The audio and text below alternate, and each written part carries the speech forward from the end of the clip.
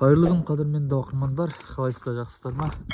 Ал бұйырса, осы салып жатқан үйім ғой, өздеріңіз білетіндей. Соның төбесін утепление жасап жатырмын. Соны сіздермен бөліскелі. Содан кейін карнизге кірсем. Карниздің ішін сосын бөлісетін боламын.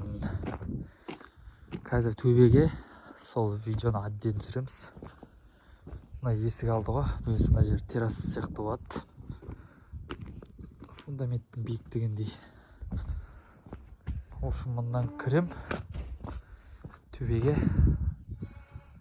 Содан кейін видеомызды жалғастырамыз ғой. Мына жер енді шашылып жатыр, мән бермеңіздер. Қоқып жатыр. Құрметті достар, сіздер қалай ойлайсыздар? Осылай жасаған дұрыс па, әлде андай пенобетонмен жасаған дұрыс па? Маған осылай ыңғайлы сияқты болды. Пенобетон что-то маған ұнаған жоқ.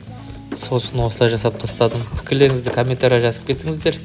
Видеоның соңында барлығын айтатын боламын. Қанша ақша кетті, қанша материал кетті. Общем, сіздермен бөлсем, бірімізге пайдамыз тиіп жүрсін.